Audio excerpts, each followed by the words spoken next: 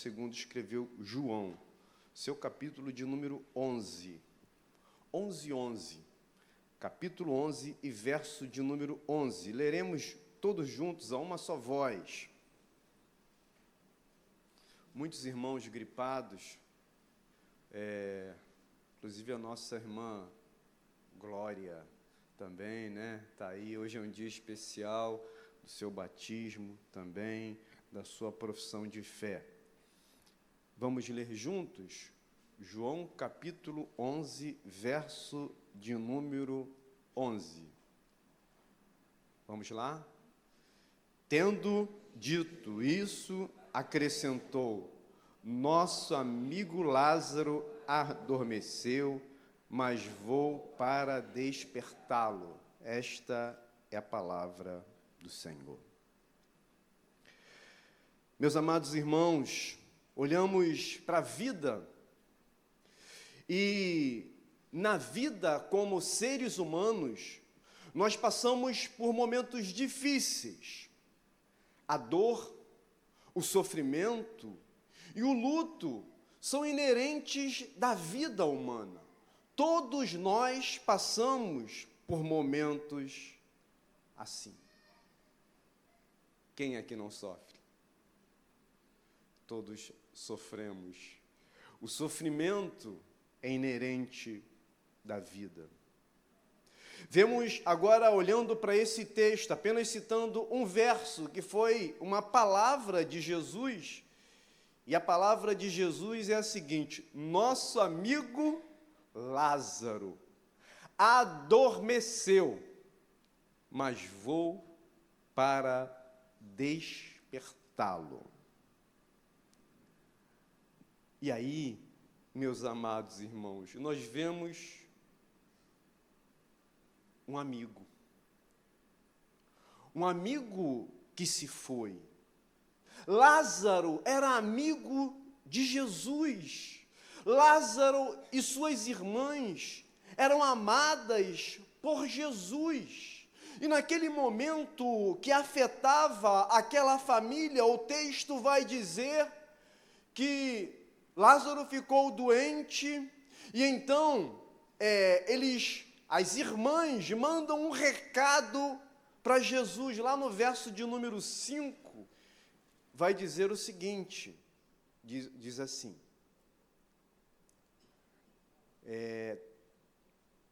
verso 3, por isso as irmãs de Lázaro mandaram dizer a Jesus, mandaram um recado, aquele que o Senhor ama está doente. Ao receber a notícia, Jesus disse: essa doença não é para a morte, mas para a glória de Deus. E a gente vai depois dar continuidade. Então, meus amados irmãos, vemos aqui um homem que tem notícia, Jesus, o Salvador, de que o seu amigo Lázaro está doente. E, às vezes, na vida da gente, as crises aumentam. Tem um ditado popular de autor desconhecido que diz o seguinte: nada é tão ruim que não possa piorar. E as crises, elas na vida da gente, por vezes aumentam.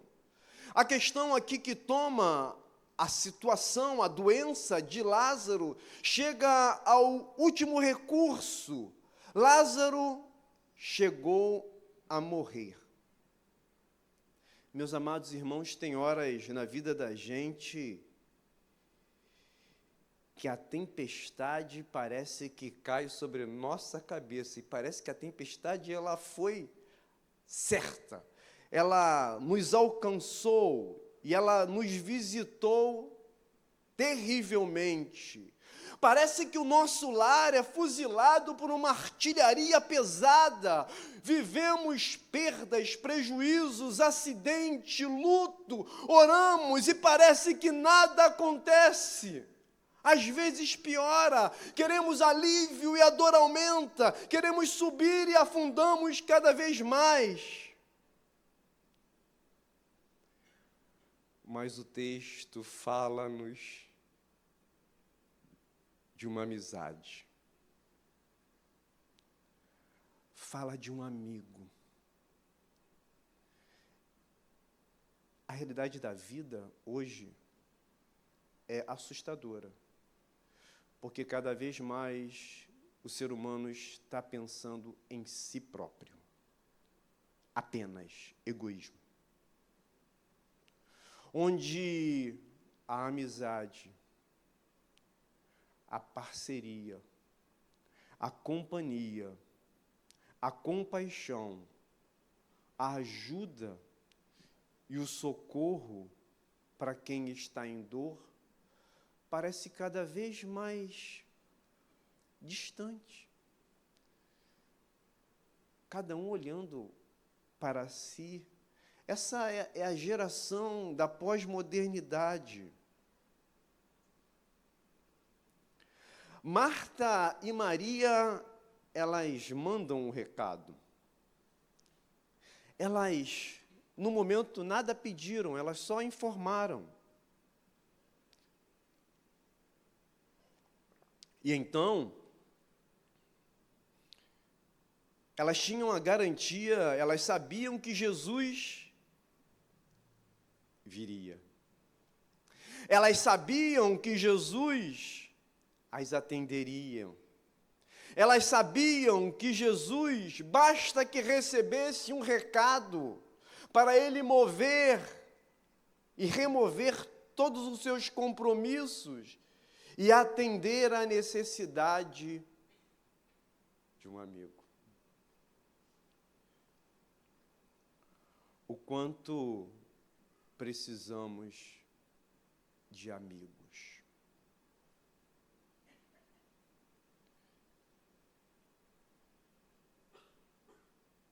Você tem amigos?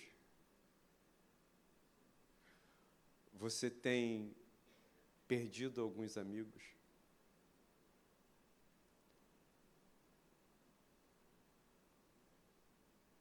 Mas eu estou falando de um amigo incomum. Porque, às vezes, aquele meu amigo, ele não pode fazer aquilo que eu preciso que ele faça. Mas eu estou falando do amigo de Lázaro. Eu estou falando do amigo chamado Jesus. Ele pode mudar a sua realidade. Ele é capaz de fazer tudo isso. Interessante nós olharmos que o verso de número 6 até nos dá uma dica que Jesus tem a notícia. E lá no verso de número 6 vai dizer que Jesus, quando soube que Lázaro estava doente, ainda se demorou 2 dias no lugar onde estava. Jesus, então, nesse momento, ele, na perspectiva humana, ele demora. Ao invés de ele cancelar todas as suas atividades e ir imediatamente, prontamente para Betânia, atendendo um recado de Marta e Maria, porque aquela enfermidade, ela era severa, mas tanto é que, num determinado momento, na resposta de Jesus, ele vai dizer o seguinte: esta enfermidade não é para a morte, mas é para a glória de Deus. Jesus responde isso. Mas às vezes, e eu quero dizer que eu não sei a tua história, eu não sei como está a tua vida, e nem sei se você está achando que ele está demorando, mas eu quero dizer para você uma coisa, que ele nunca chega atrasado. O que você está passando não é por desdém, não é por desprezo, e nem é por demora. Tudo que você está passando é para a glória de Deus. Porque em alguns momentos, para nós entendermos como conciliar o amor com a demora, esse é o questionamento. as angústias de duas irmãs que veem o seu irmão piorando a cada dia. Em alguns momentos, possivelmente nas suas mentes, porque fé e incredulidade, fé e dúvida, são duas linhas muito tênues, porque nós temos fé, mas em alguns momentos a gente duvida, e possivelmente aquelas irmãs, elas já começassem a questionar, por que ele não veio? Ele está desinteressado, descuidado, falta amor. Tudo é no tempo de Deus. Deus prometeu a um filho, a Abraão e Sara, e depois da promessa, o cumprimento dela aconteceu 25 anos depois. Quando houve uma grande tempestade no mar, onde o mar agitado e os discípulos apavorados, Jesus vem na quarta vigília da noite, já bem no final da madrugada. Jairo, um homem que tem a sua filha de 12 anos, que já estava quase que morta. E Jesus está indo para a casa de Jairo, mas ele é interrompido pela mulher do fluxo de sangue. Humanamente falando, atrasou a viagem, porque quando Jesus chega, a menina já estava morta.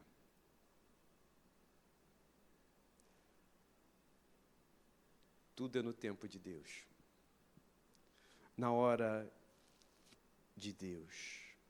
Marta, em determinado momento, tomada pela angústia, sua fé vacila. Ela sente a ausência de Jesus, todos poderiam ter faltado, menos Jesus. Ela diz: Senhor, se você estivesse aqui, o meu irmão não teria morrido. Ela tem a sua fé vacilada porque ela acha que Jesus, ele demorou, ele atrasou, ou ele adiou a sua viagem. No terceiro momento, ela relata sobre a morte, possivelmente dizendo: agora, não adianta mais. É tarde. Olha comigo no verso de número 21 deste capítulo. Então Marta disse a Jesus: se o Senhor estivesse aqui, o meu irmão não teria morrido. Olha o verso de número 24, seguindo. Ao que Marta respondeu: eu sei que ele há de ressurgir na ressurreição no último dia. Essa mulher, ela olha para um passado que não tem o que fazer. Se o Senhor estivesse aqui, teria morrido, mas já morreu, passou. E aí Jesus vai falar: olha, o seu irmão há de ressurgir. Jesus está falando da ressurreição naquele momento presente. Só que ela responde o seguinte: eu sei, Senhor, que ele há de ressurgir na ressurreição. Ou seja, ela questiona o passado, ela o julga pelo passado, porque ele não veio e passou, agora eu não tenho o que fazer. E agora ela também olha para o futuro de alguma coisa assim: ok, isso vai acontecer, eu sei que ele há de ressurgir. Mas Jesus diz no verso de número 25: eu sou a ressurreição e a vida. O que eu quero dizer para você nesta noite, que o nosso Deus, ele é do passado, Ele é o do futuro, mas Ele é o do presente. Ele fez. Aí a gente olha para a história e vive um evangelho nostálgico. Jesus, Ele fez. E a gente olha, Jesus virá e a grande milagre vai ser quando Ele vier. A Bíblia fala que Ele é o mesmo ontem, hoje e será para sempre. Qual a sua dor? Qual o teu sofrimento? Qual é a situação que você tem passado? Jesus está dizendo, eu sou. Ele é. Se Ele é, há esperança para você hoje. O Deus que operou no passado, que opera no futuro, pode operar na sua vida hoje, porque Ele é o Deus do presente. Talvez essa seja a tua angústia. Você tem orado pelo teu casamento e você vê mais perto a dissolução. Você tem orado pelo seu cônjuge e vê a situação cada vez mais difícil e ele ou ela mais insensível. Você tem orado pelos seus filhos e você os vê cada vez mais distantes de Deus. Você tem orado por seu emprego e parece que ele está cada vez mais distante. Você tem orado pela sua igreja e parece que os corações ainda estão duros.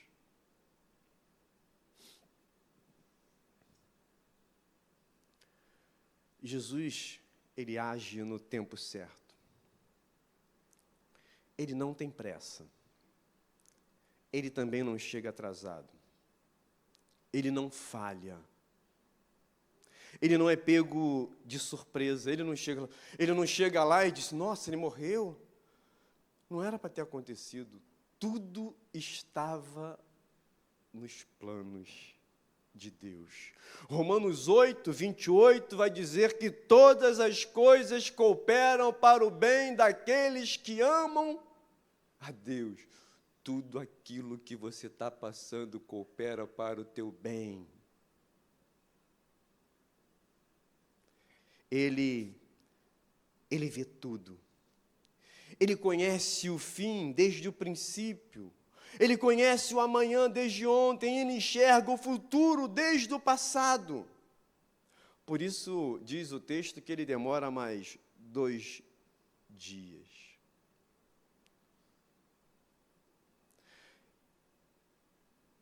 Ele vê todas as coisas. Ele vê a Adão quando estava lá escondido no Éden. Ele olha os construtores da Torre de Babel.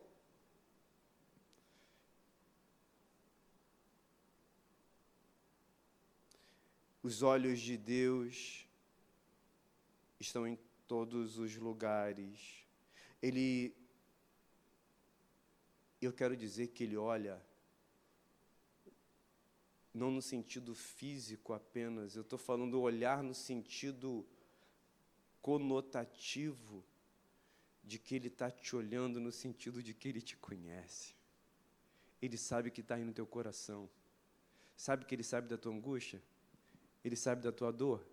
Ele sabe do teu sofrimento? Ele conhece. Ele sabe o teu nome.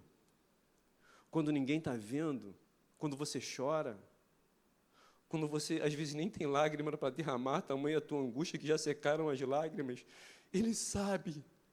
Ele sabe de todas as coisas. E é importante nós entendermos os propósitos dele.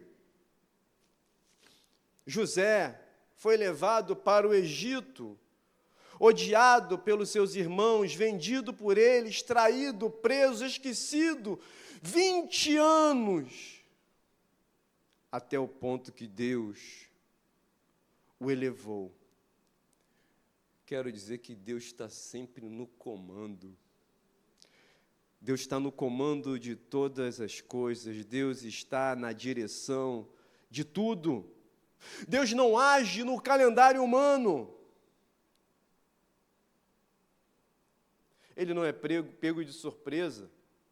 Ele sai da Galileia sabedor de que ele seria preso, seria morto.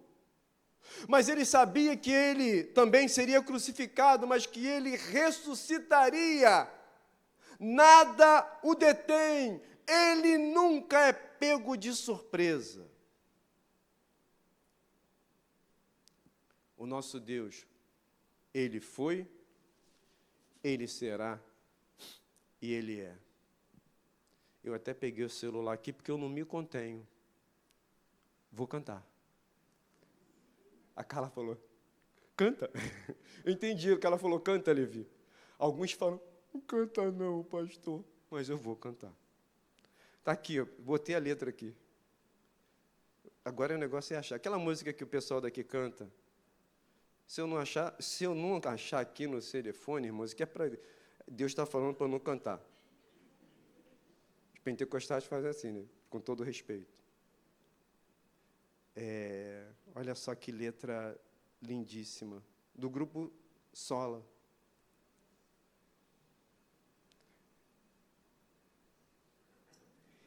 Ele é a imagem do Deus invisível. Ele é o Senhor sobre a criação. Pois nele foram criados todas as coisas, nos céus e na terra, sejam tronos, soberanias, poderes ou autoridades. Que já canta mal, rouco ainda. Ele é antes de tudo e a todos sustenta pela palavra, pois foi do agrado de Deus que em tudo ele tenha supremacia. Vou parar, né? Fala, para, pastor. Tá bom, parei, gente. O que eu quero dizer para você é que ele é o Senhor, o Todo-Poderoso. O Evangelho de João nos apresenta diversas expressões, dizendo para a gente quem Jesus é.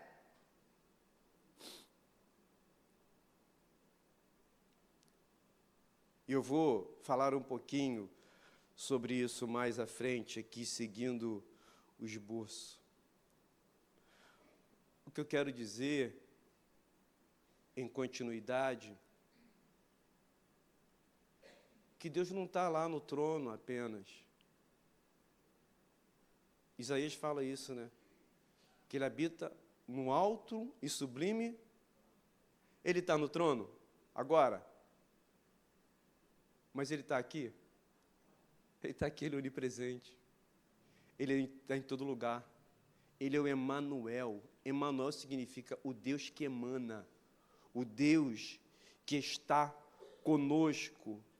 Ele está conosco. Nós estamos falando de um Deus, e João fala isso, no princípio era o Verbo. E o Verbo estava com Deus. E o Verbo era Deus. E o Verbo se fez carne e habitou entre nós, e vimos a sua glória como a glória do unigênito do Pai.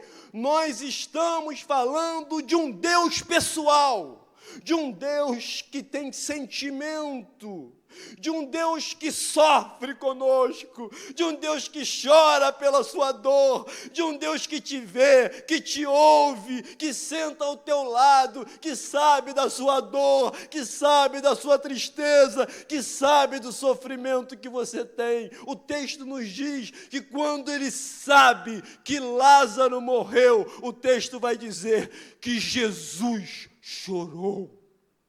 Porque nós estamos falando de um Deus que é pessoal.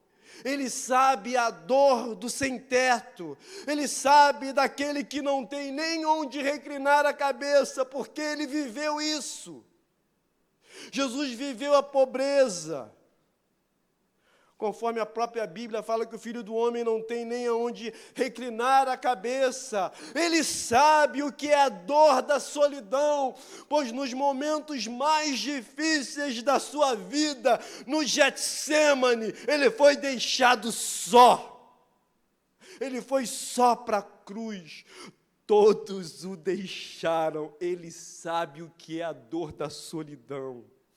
Ele sabe o que é a dor da traição. Ele foi traído pela multidão que o aplaudiu. Ele foi traído por Judas. Ele foi traído e negado por Pedro, seu apóstolo. Jesus sabe o que é a dor da traição. Jesus sabe do que é a dor da humilhação. Ele foi preso, ele foi espancado, ele foi cuspido, ele foi rasgado, pregado na cruz debaixo da zombaria. Ele sabe o que é a dor da humilhação. Ele sabe o que é a dor da enfermidade. Isaías 53 vai dizer: ele tomou sobre si as nossas dores. Lembrei até de outra canção. Ele levou sobre si as nossas dores. Ele levou sobre si as nossas transgressões. Juarez, do teu tempo, né? O castigo que nos traz a paz estava sobre ele, e por suas chagas fomos sarados. Aí, como é que diz o refrão? Jesus, pão da vida, Jesus, luz do mundo, príncipe da paz, maravilhoso conselheiro, fonte de eternidade, amor. Como é que diz o final? Deus Emanuel. Estou cantando bem. Jesus, Santo dos Santos,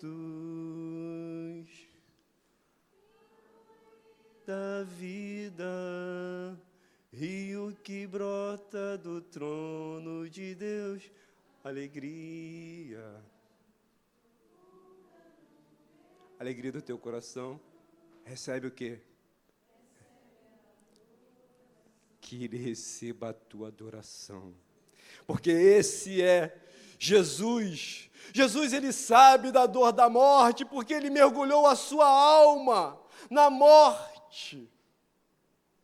Ele sabe o que é passar por isso. Por isso Jesus, ele se solidariza com você. Quando eu estou resfriado, a parte cognitiva também fica prejudicada. Ele se solidariza com você, ele sofre com você, ele chora com você, ele tem compaixão de você, ele se sensibiliza com seus sofrimentos, com suas dores, com seus traumas. Sabe por que ele sente tudo isso? Porque ele é apaixonado por você, porque Jesus ama você. E ele quer mudar, ele quer fazer algo na tua vida hoje, nessa noite.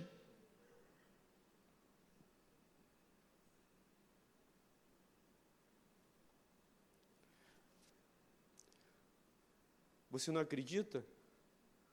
No meu dicionário e no teu tem impossível. Mas no dicionário dele não tem o impossível, porque para ele tudo é possível.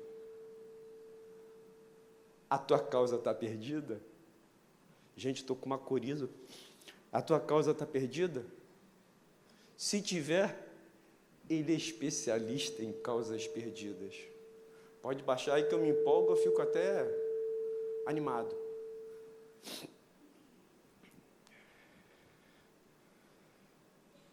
Quatro dias, gente. Morto. Sem vida, gelado, sem calor, sepultado, preso entre paredes, já cheirava mal. E agora também, só porque eu vou cantar, Eu vou cantar mais uma vez. Olha que é meu genro, irmão. É meu genro, ele que está ali na mesa. Ele falou, meu sogro vai cantar, vou tirar o som. Então, me ajuda aí, Wallace, por favor. Já cheirava mal. Atado, preso, imobilizado. Marta vacila na sua fé, dizendo, agora não adianta mais, já cheira mal. Mais lenço, obrigado. Também tenho aqui no bolso, a SAF, a Sinodal de SAF me deu uma caixinha de lenço. Eu falei, nossa, isso foi o melhor presente que eu ganhei. Porque às vezes eu tenho uma coriza que não é fácil.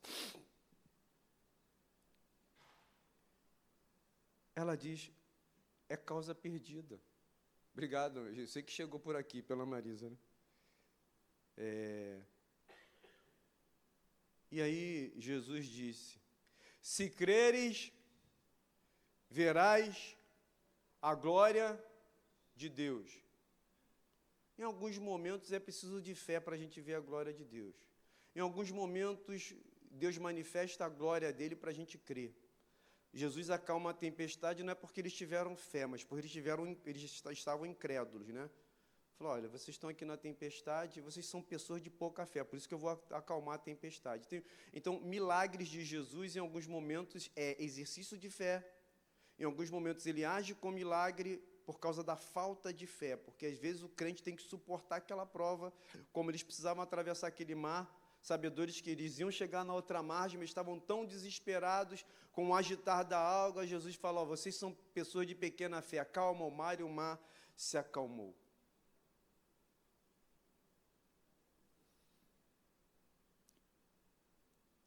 Jesus fala assim para Lázaro, Lázaro, vem para fora. Redundância, né? No português a gente chamava isso de pleonasmo vicioso. A morte lhe obedece. Os mortos ouvem a sua voz. Jesus é especialista em causas perdidas. A sua causa está perdida. Conversão dos seus familiares, restauração do seu casamento, cura de uma enfermidade, um novo emprego. Quero dizer para você, se a tua causa está perdida, tem alguém que está aqui essa noite, que é especialista para a tua causa. O amigo de Lázaro quer ser teu amigo.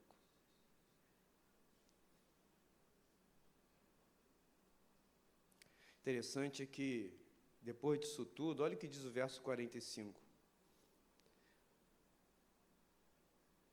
E isso reflete o que a gente vai dizer aqui. 45 vai dizer na parte final. Maria, vendo o que Jesus havia feito, creram nele. Outros, porém, foram até os fariseus e lhe contaram o que lhes havia feito. Muitos crerão, mas muitos o rejeitarão. Alguns vão dizer, isso é, pastor, isso é retórica, você está falando conversa para animar a gente, você está dando uma de coach aí, está dando uma de animador, não estou não. Estou falando de Jesus, não sou eu. Eu estou falando de Jesus que tem poder. E aí você tem duas escolhas. Ou tal como muitos creram nele, você crer que ele tem poder para fazer isso, ou de você fazer como muitos escribas e fariseus e pessoas ali que não creram e o criticaram.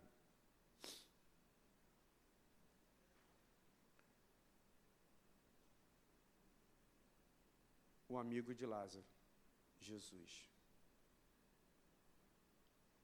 que fez um grande milagre, que é dar vida a um morto. A tua causa é muito difícil? O que é difícil para alguém que ressuscita morto? O que é difícil para alguém que ressuscita morto já em decomposição, cheirando mal? O que é difícil? Lembra de Sara? Que riu, que ela era estéril. E Deus deu promessa que ela teria um filho chamado Isaac, que significa riso. Eu quero até aproveitar essa fala e dizer para você o seguinte: hoje pode ser o seu dia de Isaac, o seu dia de riso, de alegria na presença do Senhor, fim de choro, de tristeza, de dor.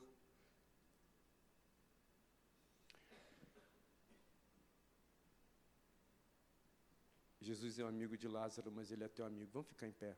E eu queria te convidar para vir aqui à frente, você que deseja.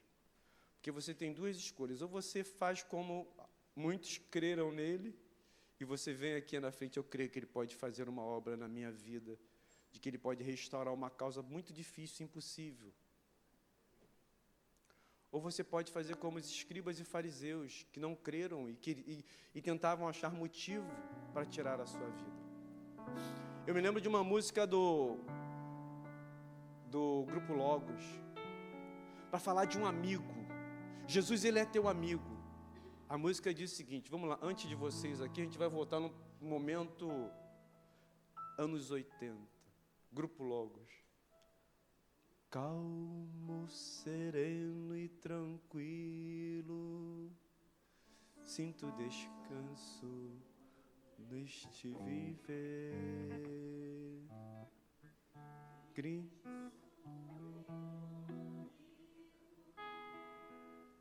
Só por ele eu.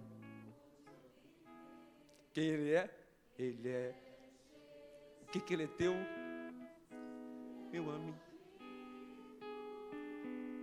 Meu Senhor e Salvador. Só por ele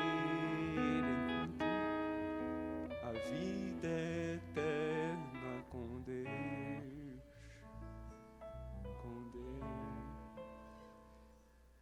Ele é Jesus. E Paulo César, nessa bela canção, ele vai dizer: eu sinto descanso no meu viver, porque Ele é Jesus, meu amigo, meu Senhor e Salvador. Só por Ele eu encontrei a vida eterna com Deus. Eu queria te convidar a vir aqui na frente. Você que encontrou a vida eterna, mas está passando por momentos difíceis e está precisando ser fortalecido. Vai ser essa? Se for essa, eu ia adorar, né? Quem pode cantar? Quem pode cantar? A Carla conhece. Coloca aí, acha aí pra gente cantar. Queria te convidar a vir aqui à frente. Aqui, você que... Eu tenho certeza que tem gente que está passando dias difíceis. Está difícil para mim. A causa parece estar perdida. Vem aqui pra gente orar junto. Você já é crente, mas você está passando por uma luta tão grande que você não está aguentando. Está difícil a sua dor, o teu sofrimento. Vem aqui pra gente orar. Hoje pode ser uma noite de milagre. Ah, você é tão presbiteriano, tão reformado, tão calvinista que não crê no milagre de Jesus. Ele é o mesmo ontem, hoje, será para sempre. Ele é o Deus de milagre. Até para curar minha tosse aqui. Vamos cantar. Enquanto a gente canta, você vem aqui à frente. Você pode vir. Eu quero encontrar em Jesus esse amigo. Pode vir. Esse é o momento muito especial, muito singular na sua vida. Enquanto nós cantamos essa canção, você pode vir, não perca esse momento. Esse momento é um momento lindo, na presença do Senhor, em adoração a Ele. Ele é o Deus imanente, Ele está no céu, mas Ele está aqui. A tua causa é perdida, Ele é especialista em causa perdida. Deixa de ser um pouco tão racional e crê no Deus do milagre enquanto nós cantamos essa canção.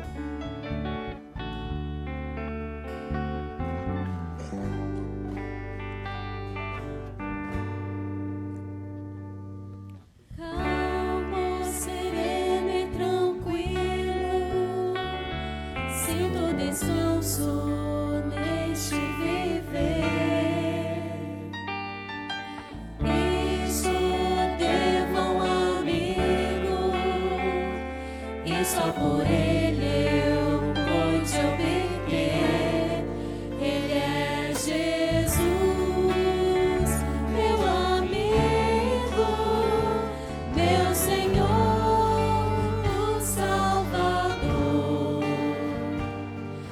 por Ele ganhei a vida eterna com Deus. Também vou. Com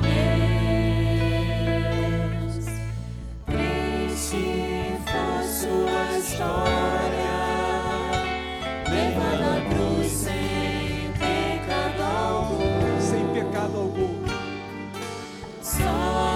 Só porque Ele amou você. Morreu por mim, não hesitou. Quem é Ele? Ele é Jesus, Meu amigo. meu amigo,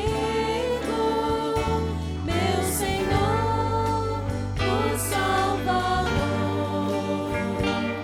Só por Ele ganhei a vida eterna com Deus, com Deus, com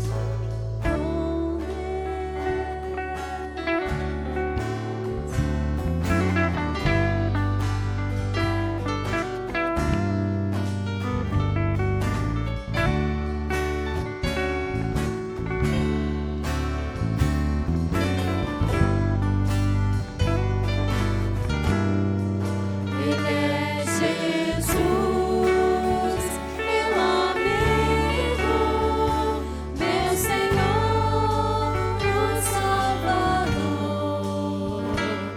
Só por Ele ganhei a vida eterna com Deus, com Deus, com Deus.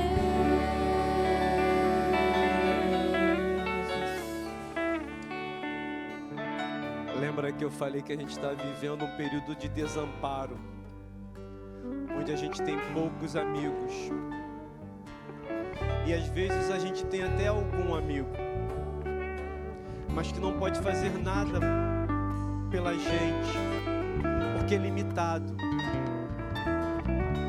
Mas eu estou falando de um amigo que pode mudar a sua história, a sua vida, porque Ele te deu vida, Ele te deu vida eterna. Irmãos, que maior milagre. Ô Wallace, aumenta um pouquinho aí. Que maior milagre. Nós seríamos mortos eternamente. A nossa vida estava destinada à morte eterna. Ele morreu por você. Ele morreu no teu lugar, para você ter vida eterna com Ele. Por isso que Ele é Jesus, o nosso amigo. Senhor, obrigado, Senhor,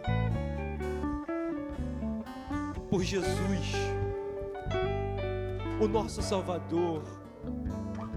Nós que estávamos destinados para a morte eterna,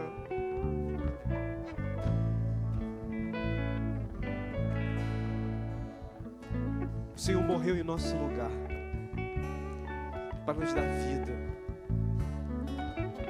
vida eterna contigo. Obrigado pela obra de salvação, obrigado pela regeneração. Agora, Deus, enquanto ainda não vivemos a eternidade com o Senhor, há irmãos aqui à frente, há pessoas também na nave, com causas perdidas, sofrendo, porque já se esvaiu todas as suas forças, todos os recursos humanos, mas o Senhor é Jesus, o Deus do milagre, e nós cremos nos milagres de Jesus, que podem mudar a realidade desse que está sofrendo nessa vida, deste que não está aguentando mais as suas lutas. As suas provas têm sido grandes, mas o Senhor tem poder para mudar, e o Senhor está aqui com eles, porque o Senhor é o nosso amigo. Te louvamos em nome de Jesus. Amém. Podem sentar.